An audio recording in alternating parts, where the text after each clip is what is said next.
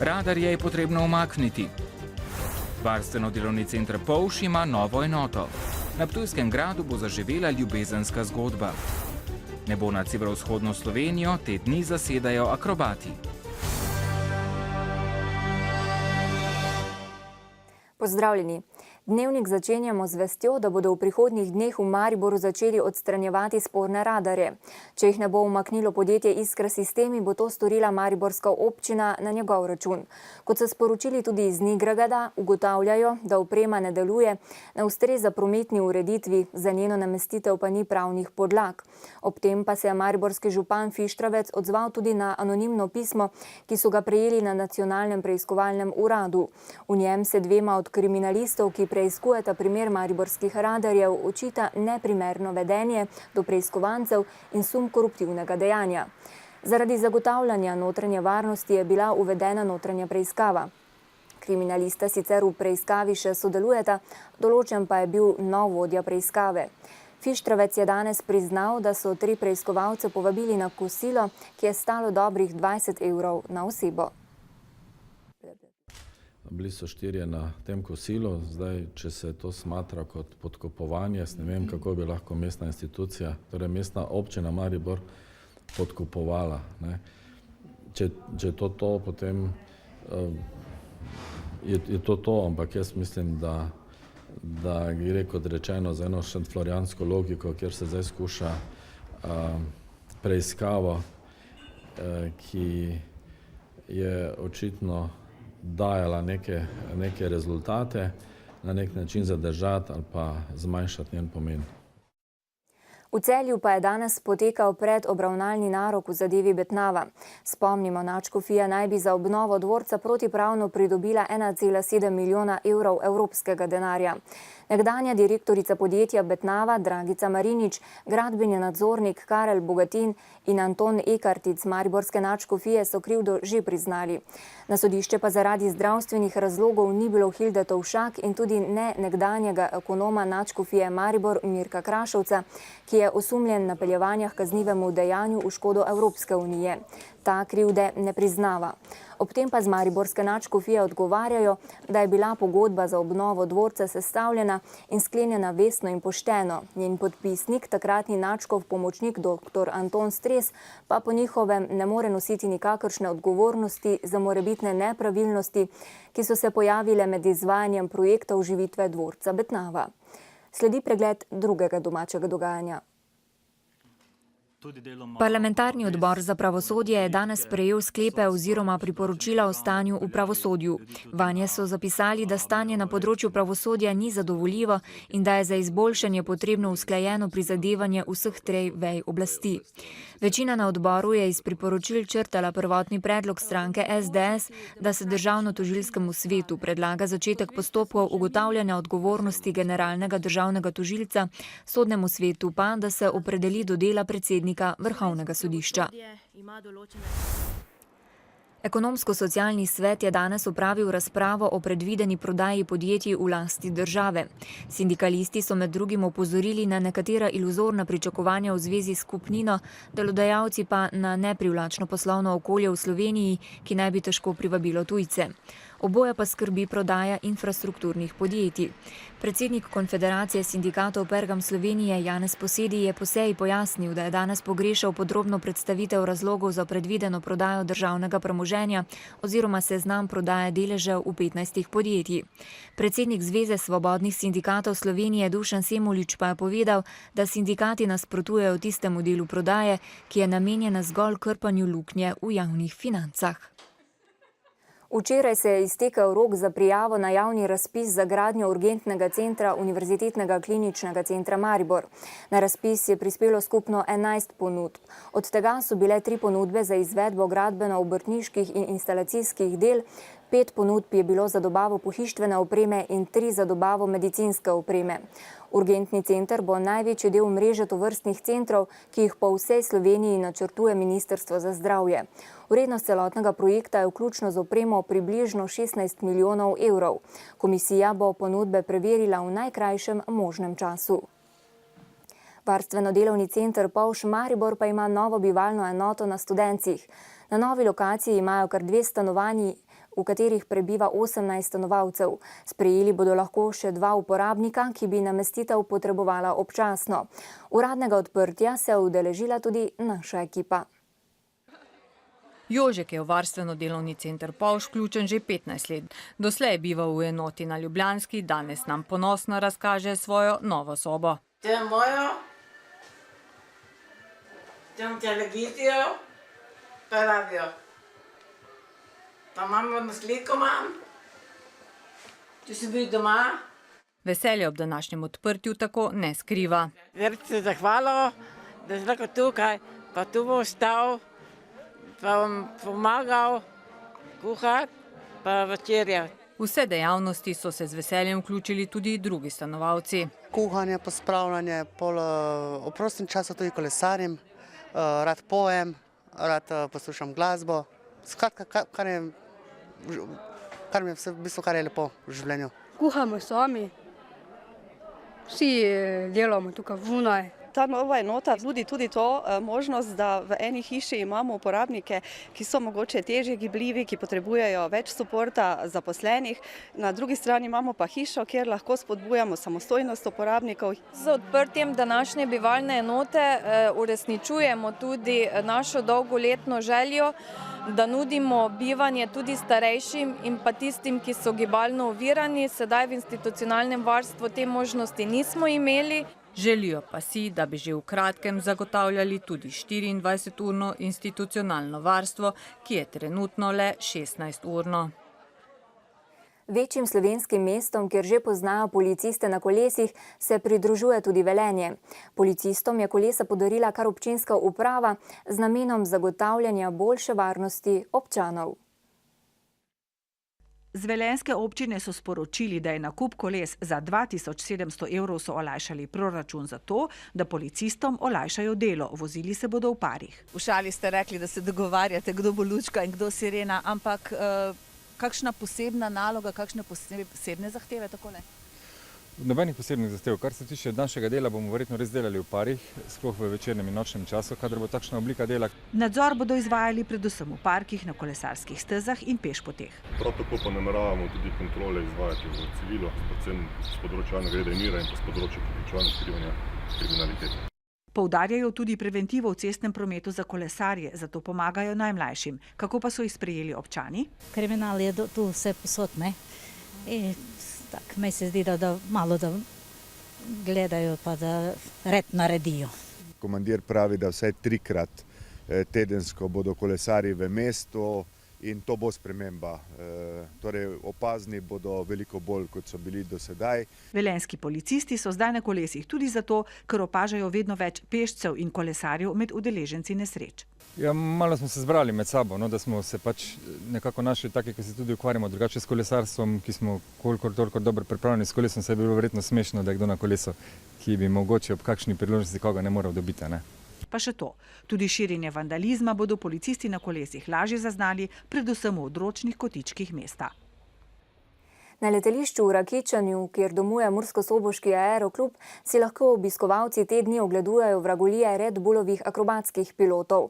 Gre za njihov uradni trening pred tekmo, ki naj bi prihodnje leto spet poskrbela za atrakcijo. Majhno športno letališče je tako te dni postalo prizorišče nečesa najboljšega, kar pozna letalski svet. 20 pilotov iz vsega sveta se te dni preizkuša v vratolomnih poletih, ki jemljejo dih. Najboljši piloti, ki si jih lahko tudi ogledate v številnih videoposnetkih, ki jih najdete na internetu, so tukaj živo in njihove mojstrovine opazujemo tukaj, pravkar v tem trenutku in vse do torka. Kot da bi veter premetaval košček papirja in ne letalo, pa vendar gre za izkušene mojstre pilotiranja, kot sta Avstrijec Johannes Arch in Madžar Peter Bešenji. In če za koga, potem ravno za te pilote lahko rečemo, da letijo drzneje od ptic. To si težko predstavljam, kot to delo, samo oni že znajo. Obiskovalci so navdušeni, gostitelji ponosni. Morate vedeti, Red Bull bi lahko za trening camp izbral katerokoli lokacijo, kjerkoli na svetu, ampak izbrali so Mursko Soboto. Tudi zaradi domačega akrobata, sicer svetovnega slovesa, Petra Podlunška. A ker so pravila organizatorjev stroga, pilotov pač nismo uspeli dobiti pred mikrofon. Se pa lahko kljub temu obiskovalci rakičanskega letališča v naslednjih dneh še nadejajo spektakla. Na Mariborskem feriju je v okviru programa medijske komunikacije potekal Mednarodni študentski filmfest. Na festival je bilo prijavljenih 95 filmov iz 18 držav. V selekciji festivala pa se je v kinu Udarnik zvrstilo 44 filmov iz 12 držav. Ob tem so pripravili tudi tako imenovani izobraževalni vrtiljank z okroglimi mizami in predavanji o vlogi medijev pri družbenem angažiranju. Pokrajinski muzej Ptuj-Ormož letos zaznamuje 120 let obstoja. Ob jubileju so pripravili številne prireditve, eden pomembnejših dogodkov, namenjenih širšemu občinstvu, pa je predstava Črni križ pri Hrastovcu. Premierno so uprizorili člani dramske sekcije kulturnega društva Grajena v koprodukciji z mestnim gledališčem Ptuj in to na prav posebnem prizorišču na turnirskem prostoru pod Ptujskim gradom. Črni križ pri Hrastovcu je resnična zgodba iz 16. stoletja, postavljena na grad Hrastovec v Slovenskih goricah. Govori o ljubezni med bogatim grofom in revno plemkinjo. Ko mora mladenič na vojsko, njegova mati, ki ljubezni nasprotuje, nesrečno dekle obtoži čarovništva. Po svoje zahteven, težek lik, neprijeten za gledalca, ampak na koncu pa mislim, da bodo zadovoljni tudi s tem likom, ne samo z ljubeznijo med Agato in Friderikom. Želi si poroke z Agato, seveda Agata ga odkloni, edino zaveznico, ki ima, je grofica.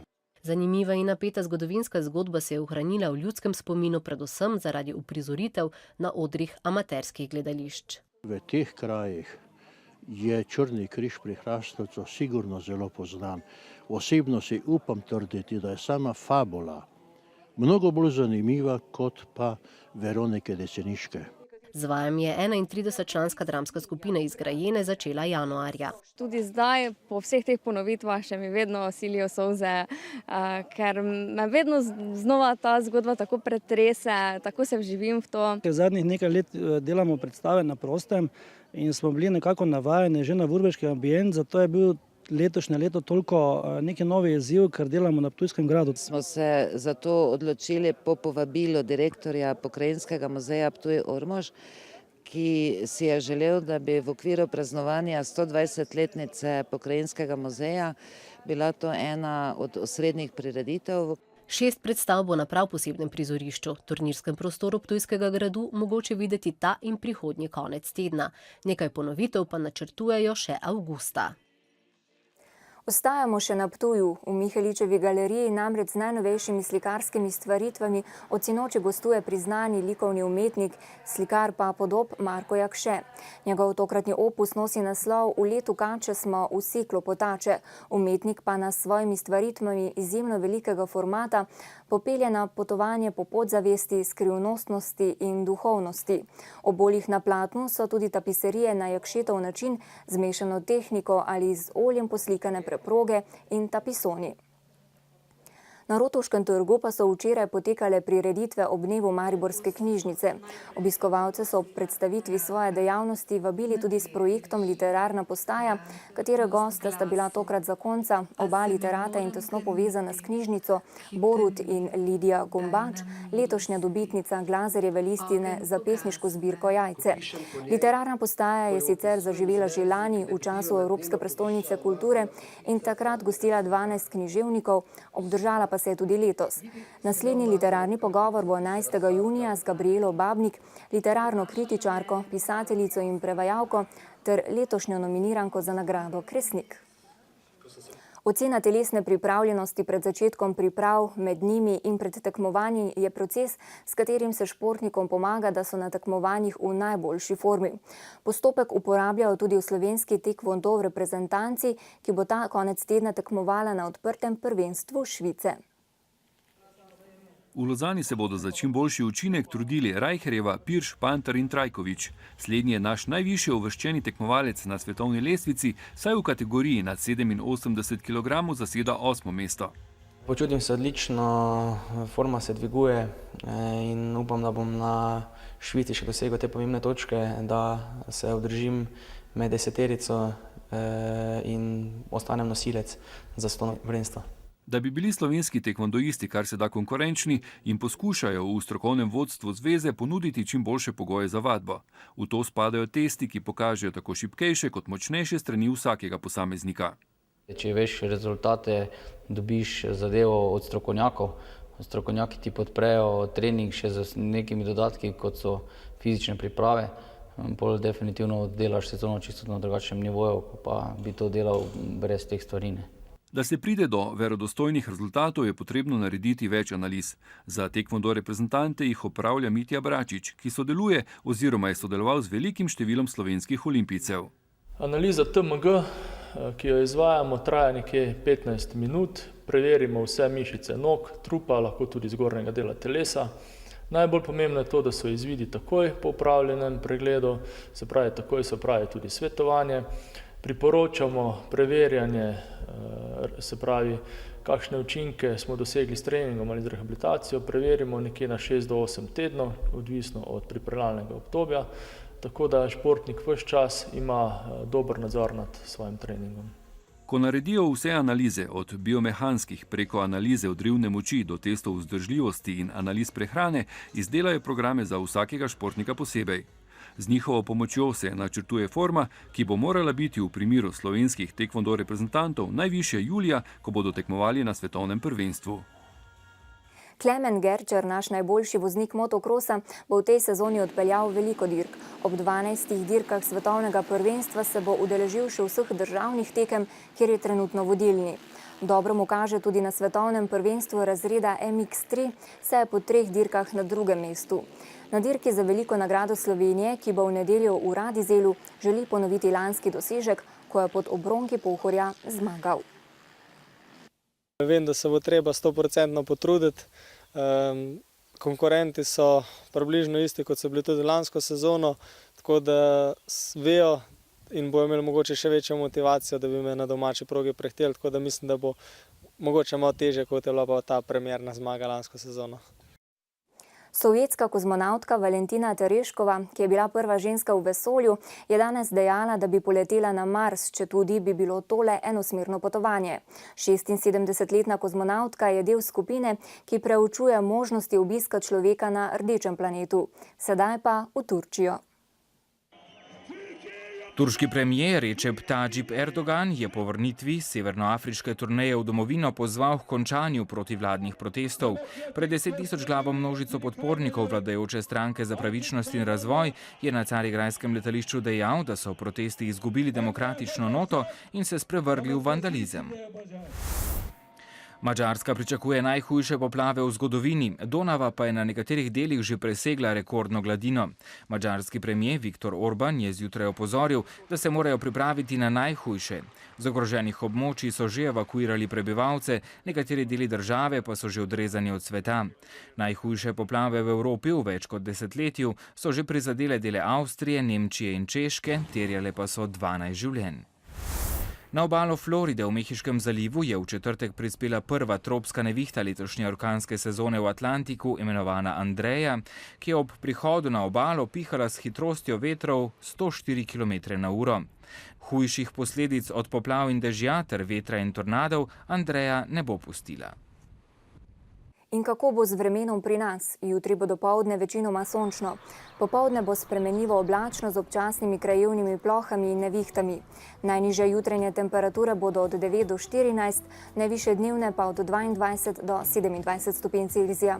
V nedeljo bo večinoma sončno. V ponedeljek bo na vzhodu delno jasno, drugod pa pretežno oblačno z občasnimi padavinami, deloma plohami. Pihal bo jugozahodni veter. Spoštovani, hvala za pozornost in znova nasvidenje ob 20.